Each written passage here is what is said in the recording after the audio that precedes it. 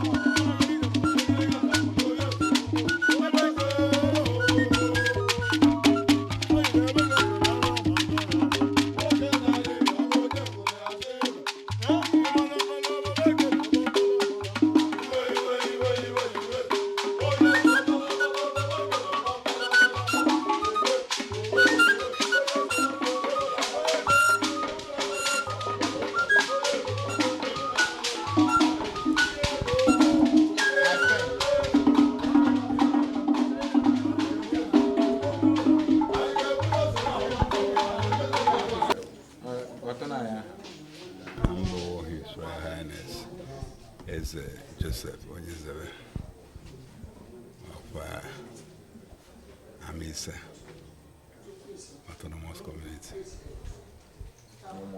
Umuobiala. Tata, I heard metal iriji. Nwere ike ịgwatụ anyị ihe ka iriji si bido na Amisa. Iriji ya bidoro mgbe I did very small. We back who were at home and area to the bushes in the area. Okay, can I the significance of Obama in here na Amisa Potara? On a Yanaka, it was some developments. I gave me every year I name one more development. Okay. Development no de n'ụzọ dị anya. N'ụzọ imepe obodo. Okay.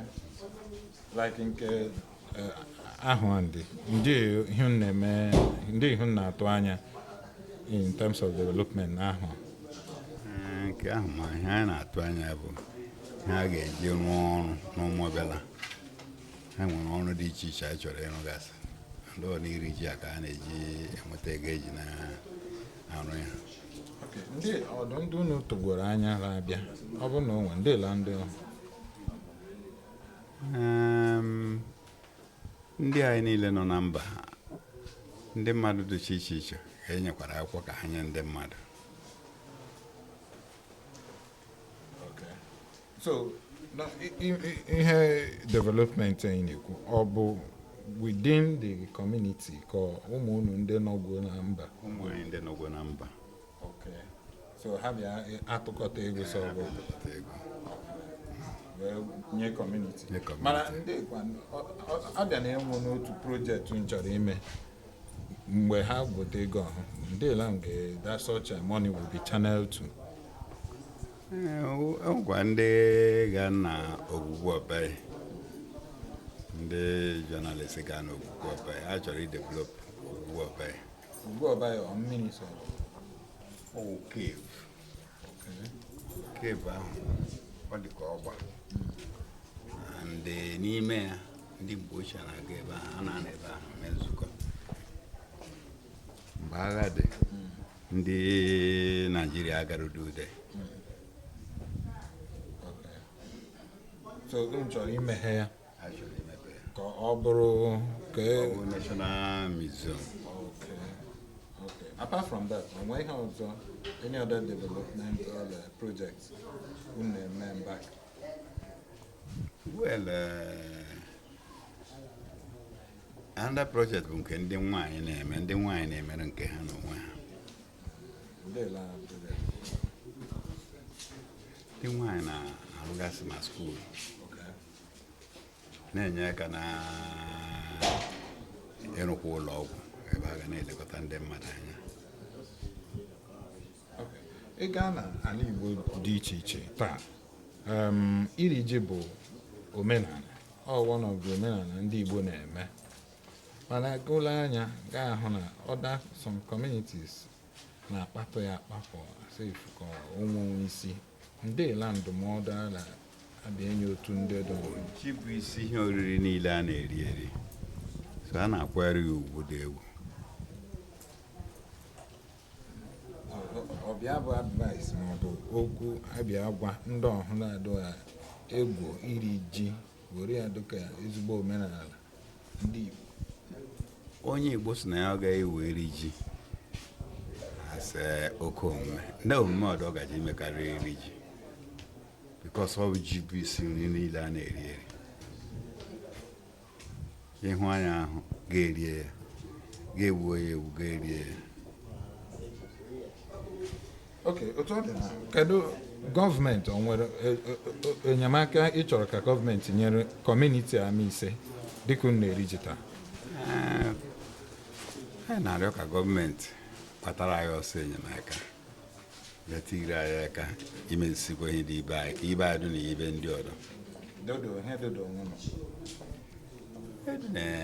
Education ọ dị anyị mkpa, ihe dị ka hospital ọ dị anyị mkpa maka ọgwụ nke a na-azọpụta ndụ ndị mmadụ. Ebe nwaanyị abịa n'onye dị ime tọma gasị ka iburu ya gawa Umuahia, ịbịa na ịhụ hospital adụ ndụ nwaanyị aga mụọ nwa nga ahụ nwaanyị ọma. Mgbe abata nga ahụ na ụzọ na-adọsarị ya ụzọ anyị adụtụ adụ. Ndị gọọmenti na-achị anyị achịgbuola anyị. Onwe enyemaka anyị na-enweta from gọọmenti kemgbe e kreatiri steeti.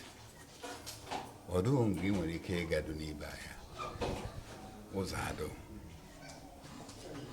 mmiri ọnwụ adụ, ọkwa otu abụọ hụrụ pụta ka anyị kajiri n'anya na-enwe mmiri ndị anyị nwe eroshọn asọwasịchana sọchie mmiri na-agba na nkume.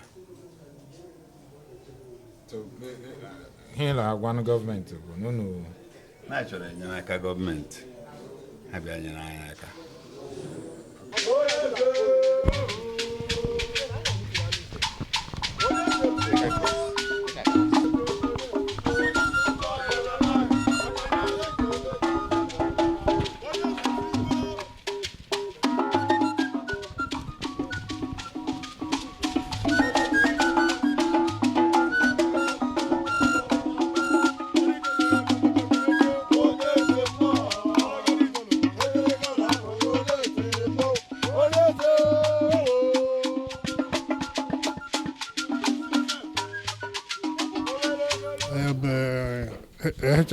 That's His Royal Highness Eze Ihemeje Okechi Anthony Ugotu of Obelugo. and currently the chairman of Isukwata Traditional Rulers Council. New Yam is a recognized festival in Igbo land. And the New Yam signifies when you have the first New Yam in 1 year, the second year means the community has come 1 year ahead. So it's a very big thing. And Yam, celebration of New Yam Festival is, in fact, is a very big importance to Igbo people. And, yam is one of the food that is more recognized in Igbo land. It's not like cassava, you bring a cassava in 3 days, cassava will spoil. But yam can stay in your barn for the whole 1 year without getting spoiled. So we respect yam. And, out of this planting of yam, if you see somebody who plants yam so much, you will always give the person title, SAG or whatever, and all the rest of it. So we have never had anything like Eze cassava, SAG apple. You understand? Yeah, they have activities has been going on since 1 week. Beginning with the women, their August meeting and all the rest of it. It's all part of it because we are celebrating together. And today we are actually going to. That is the day we are actually going to eat yam today, So after that, we're now going to the other activities women want to carry out, like their giving awards to their fellow women, launching and all the rest of it. Apart from the fact that Umuobiala has been divided into 3 communities, autonomous communities, but we still regard ourselves as one and the united, indivisible Umuobiala. So I would just say Umuobiala, the 3 autonomous communities as Obelugu Autonomous Community, which I'm the traditional ruler, then Obilohia, Amise, the 3 combined together. Yeah, the significance is, New Year, in fact, I will tell Christmas is not being so much recognized. So long as Igbo land is concerned, New Year, people come from here and there, You can see friends, brothers, relations, and you eat the New Yam together. You understand? So I think it's a very important thing, It binds us together. Yes, there are too many things lined up, The women want to handle the cassava processing plants, then palm fruits processing plant as well. Then we are still doing things with our maternity and all the rest of it. Yes, there's every need for government to step in. There is every need. The community cannot be, collectively doing their things, carrying out projects. You understand? We belong to the government. So the government should equally come to help us. Carry out some of these things like roads, do some roads for us. We don't have roads here. At least you have come into my community, you see there's no road, electricity is once in a while. Then water, forget it. We are all doing it on our own. We contribute money to do it. You understand? At least one of us, one of our brothers did some roads here on his own. Constructed road, graded it to a certain point on his own, So we have every need for government to come in and help us. Okay. We have not gotten anything. In fact, I will tell you, we've not gotten anything from the government. Yeah, my message to them is I wish them good luck, success in everything they want to do, live good life, and equally think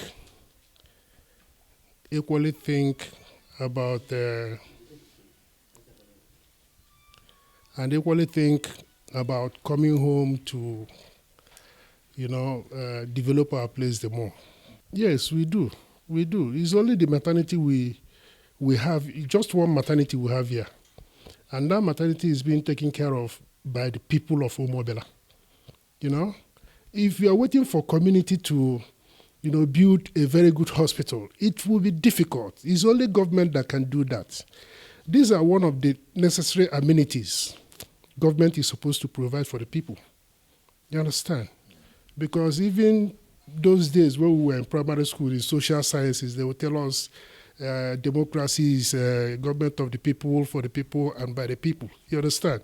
And they will provide necessary amenities like light, school, health, all those things. So it's for government to come and give us a very better one.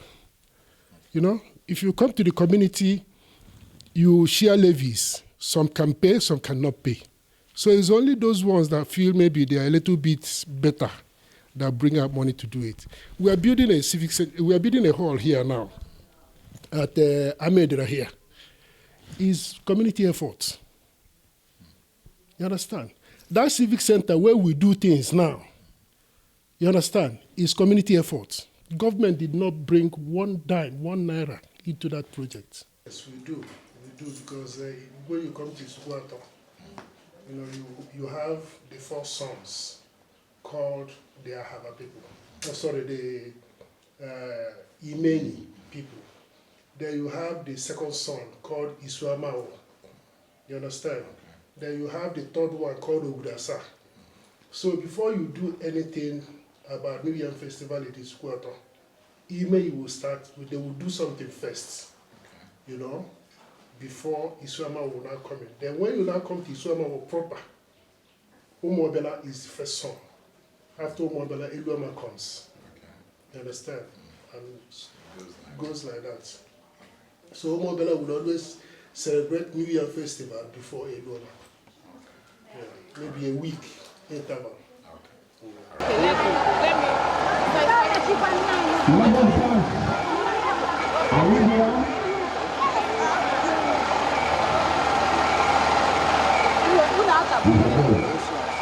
go like this.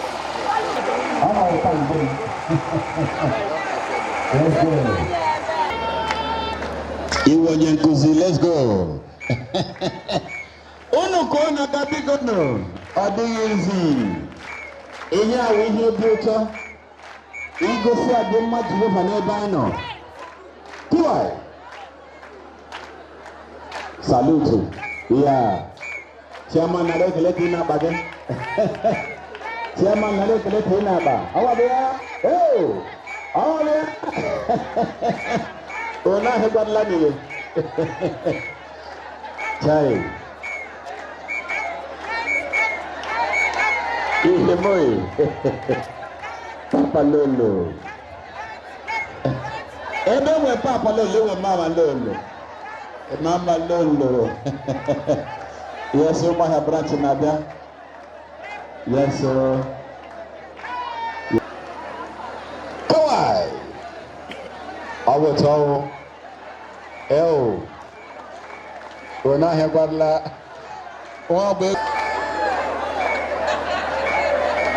Aba branch corner Kabiko Division.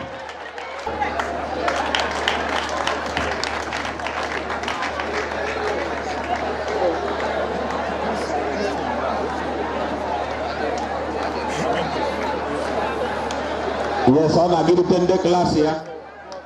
Ogalanya Kele. Ndomwa Corona Kanuku Peribu. Ndomwa had a Kundebu, in the back on April. Yes, sir. Oh, 1+1 or Bungili way, Quack, or Union Quackara. Like I know.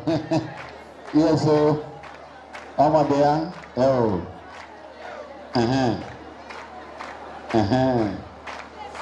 Chai, Ndaja, Nagana. Yes, Akapu. Akawano, the Lagos and Dabu, Junior. The Lagos is okay, now, I'm down stainless. To hide the Sabano Maha. Uhanda Bavutana, then no Maha Watana. About the go by force. For to buy the way you factor. Yes, Martin Justice. Even da Mayana, no? I can't say it. Oh, Nalabaya. In fact, I am a one to choose the Kabaya Kunda, Hakabari one, and that on my ball. Imagine that. Imagine that. You carry Lagos stockings, shoe, European Naba. Oh, I got.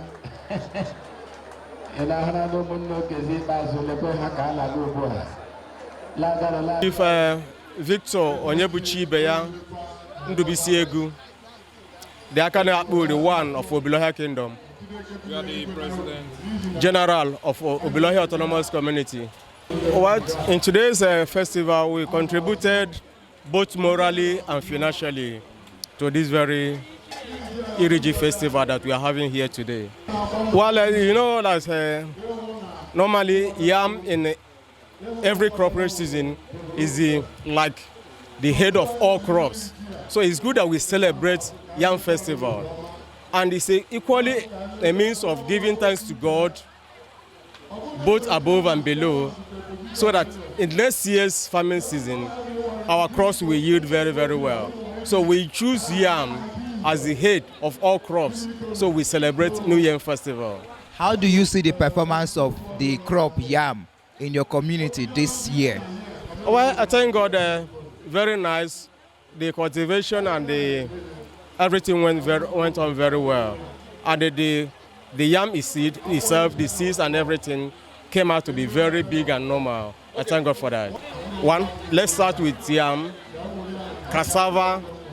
We do very well in cassava, plantain farming, and cocoa yam and others. Definitely, you're gonna see it by yourself. It's sweet. It's sweeter than any other yam you must have ever tasted. No, definitely it will go round. It will go round and still remains. Yes. Why you have not seen it yet? Because it has to come out in a very special way. That's why you have not seen it yet. But very soon you're gonna see it. It's just shared in the manner you just described it. The elders first, which is in this community, Umuobiala comes first, then Obiloha Autonomous Community comes second, then Amiso Autonomous Community comes third. That is, and it is shared in that very order. It's very, very special. It's a very special event. If you look around, you see our women dressed in uniform, our men, came out with the best of their dresses. So it's a very special event and day for us. My attire, as you can see, displays the culture of the community. You can see the way I am, you can see this, you can see my cap as a chief, and everything displays the culture of the people. Thank you,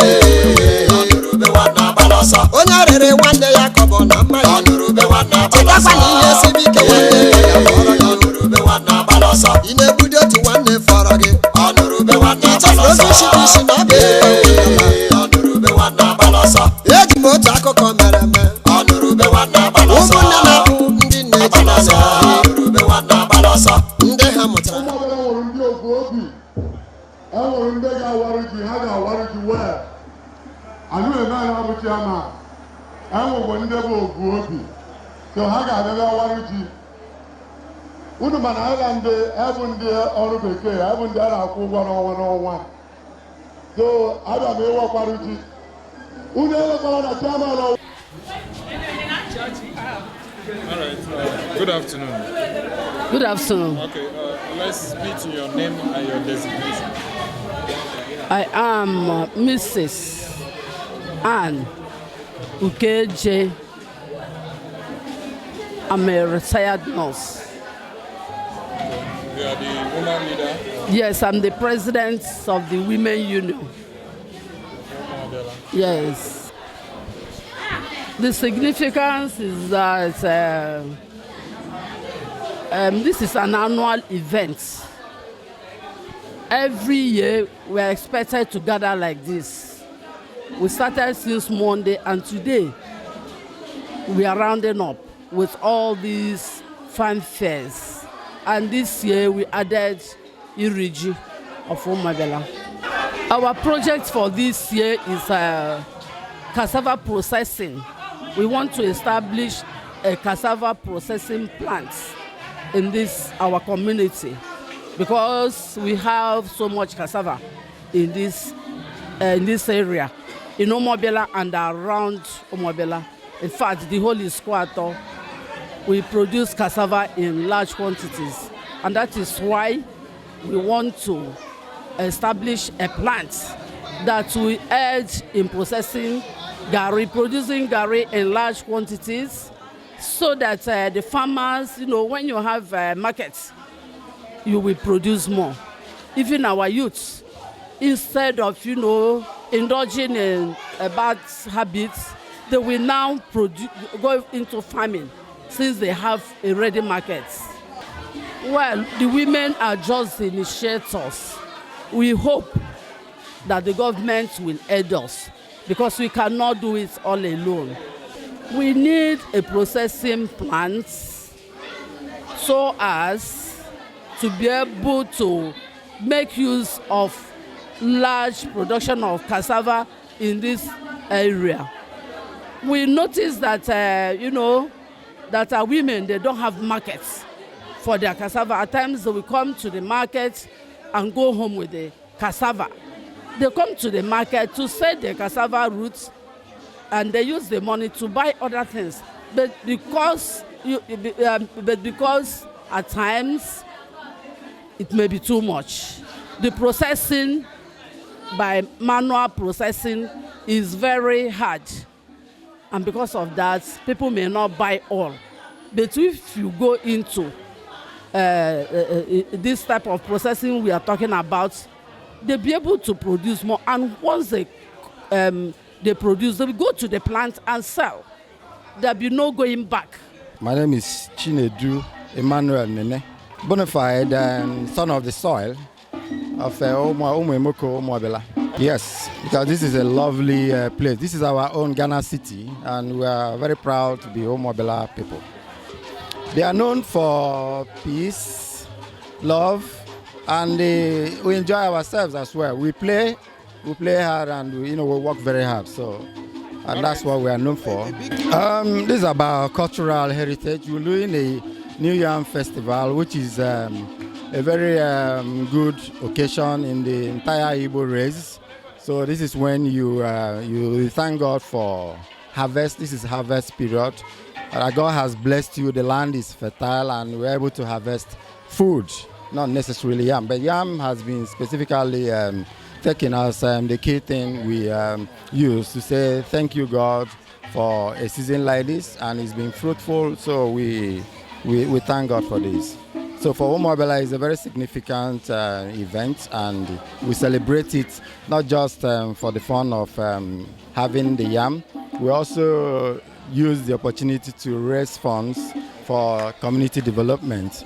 One thing I will tell you about Isukwato or Abia State in general, because I stay in Port Harcourt, is that this side of the country, we do a lot of self-help because the government is not as, will I say, responsive as what you have in the West. So in this side of the globe, we do most things ourselves. We try to help ourselves. So that fosters the love and unity, and that's been helping us to a great extent. Absolutely, because if you don't have peace, you can't have development.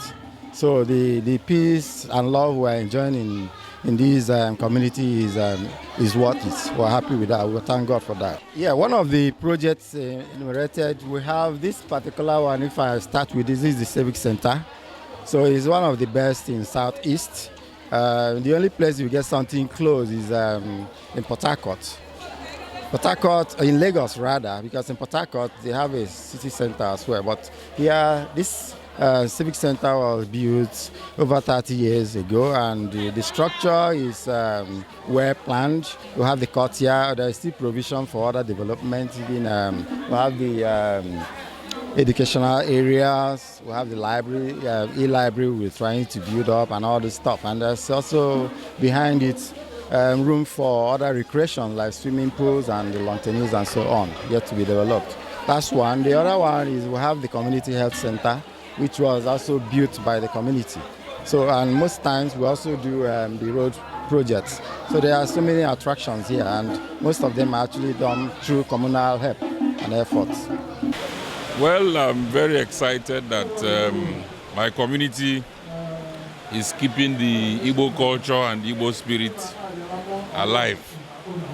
We are not left behind in anything. Businesses, all their responsibilities to come to respective destinations. The Igbo culture, even in the diaspora, period to say, God, we appreciate you for your kindness.